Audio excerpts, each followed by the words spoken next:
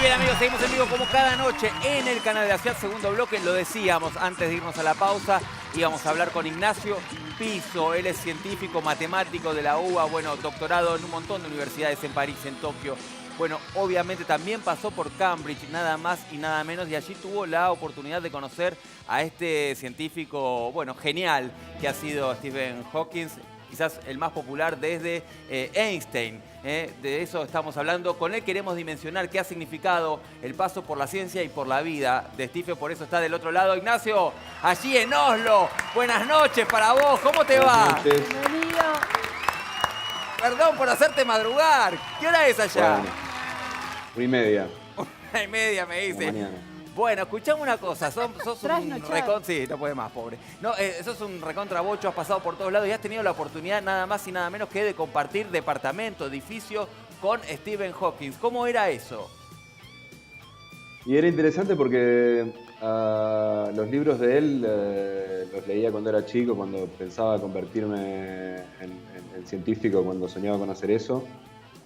Así que era impactante tenerlo como colega y depender directamente del mismo director. Para la época que yo estaba en el departamento de matemática aplicada y física teórica, que es donde trabajábamos, él ya se estaba retirando, de hecho se retiró al año siguiente del que yo me fui. Era profesor lucasiano de matemática, que es la cátedra que había ocupado Newton en el siglo XVII. Y cuando hablamos de esto, ¿no? De, bueno, el científico, el investigador más popular desde, bueno, desde tiempos de Einstein, nada más y nada menos, ¿exageramos? ¿Esto es así?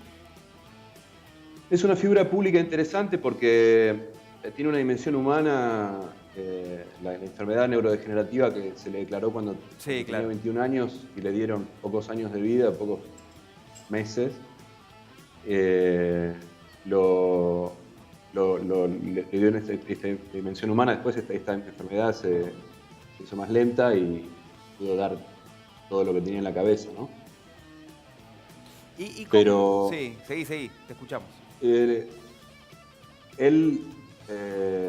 es un poco un caso raro que empezó una tendencia de que le empezaran a dar un poco más pelota a los científicos, no viéndolos como un bicho raro con un tubo de ensayo y en un laboratorio, pero alguien que hacía cosas teóricas, no directamente con las manos, no con los objetos, pero lo fascinante, ¿no? Y aparecieron gente exponiendo ciencia en ferias, en los medios públicos mucho más que antes. No, es impresionante. ¿Y cómo es Cambridge? Porque la verdad que es un lugar muy loco. Yo tuve un ratito nada más, me tocó, tuve la suerte de pasar por allí, pero es una locura, es un lugar evidentemente que se ha quedado en el tiempo en algún aspecto, pero en otro, bueno, donde genera Bueno, en otros cabezas aspectos es muy hay mucha modernas, muy innovación. avanzadas, ¿no? Sí, pasan a la vez cosas, esos edificios medievales directamente, te diría. Ese sistema de college tiene centenario. Y al mismo tiempo tenés tantas charlas interesantes que no podés ir a todas. En un momento tenés que parar y ponerte a laburar porque no sale nada. Pero a uno le gustaría absorber más. Y aparte el entorno, ¿no? Hay una cosa verde, una cosa muy agradable. Bueno, sí. Esta es Cheru. Sí, ¿qué tal? ¿Cómo estás, Ignacio? Mira, Bien. me parece apasionante tu profesión y siempre pienso qué importante es la imaginación, ¿no? Para un científico. Es como que tienen que imaginar lo inimaginable para poder descubrir lo que todavía no se ha descubierto, ¿no? Bueno, las cosas que trajo al mundo Hawking, él empezó estudiando el origen del universo y explicó cómo el tiempo empieza en el Big Bang y termina en los agujeros negros. Y los agujeros negros eran un objeto completamente exótico de la teoría de la relatividad de Einstein, y él demostró que juntándolo con la cuántica, que es la otra gran teoría del siglo XX, un agujero negro, para ponerlo en 2 palabras, es un objeto, un lugar en el espacio que atrae con su gravedad tan fuerte que hasta la luz se cae, como si una linterna, el chorro de la linterna se cae como si fuera una pelota. Tremendo.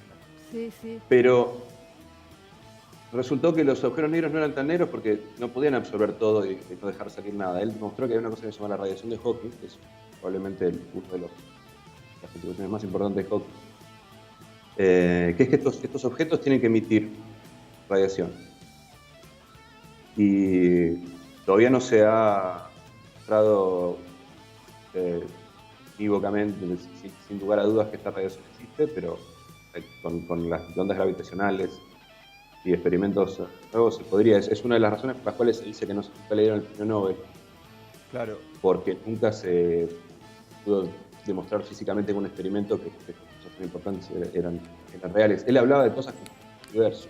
Claro, como que su mente está un poco más adelantada a su época, ¿no? Porque con la tecnología actual no se puede comprobar esto que vos decís de los agujeros negros. Algo un poco parecido a lo que le pasó a Einstein también, que recibió el premio Nobel por otra cosa y no por la ley de la teoría de la relatividad, ¿no? Claro.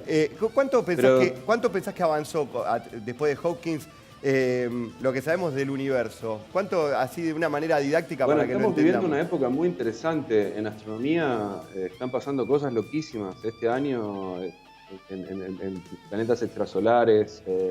Bueno, esto de las ondas gravitacionales, la detección de las ondas gravitacionales es una cosa absurda. Entonces puede ser, podría pasar que se demuestre. Él hizo una predicción sobre el tamaño de 2 agujeros negros cuando se juntan. Si tenés 2 agujeros negros que se chocan y se hacen una pelota más grande, él dijo que la superficie tiene que ser mayor que la suma de la superficie anterior. O sea, hay una predicción. Tal vez en algún momento se verifique. Ajá, está Qué bien. locura, Queda- tremendo. Lo empírico no está la teoría, todavía falta poder comprobarlo empíricamente. Bueno, y eso es el trabajo Con de el la tiempo, ciencia, nada más con el y nada tiempo. menos. Ignacio, lo último, ¿qué te gustaría decir de Hawking hoy?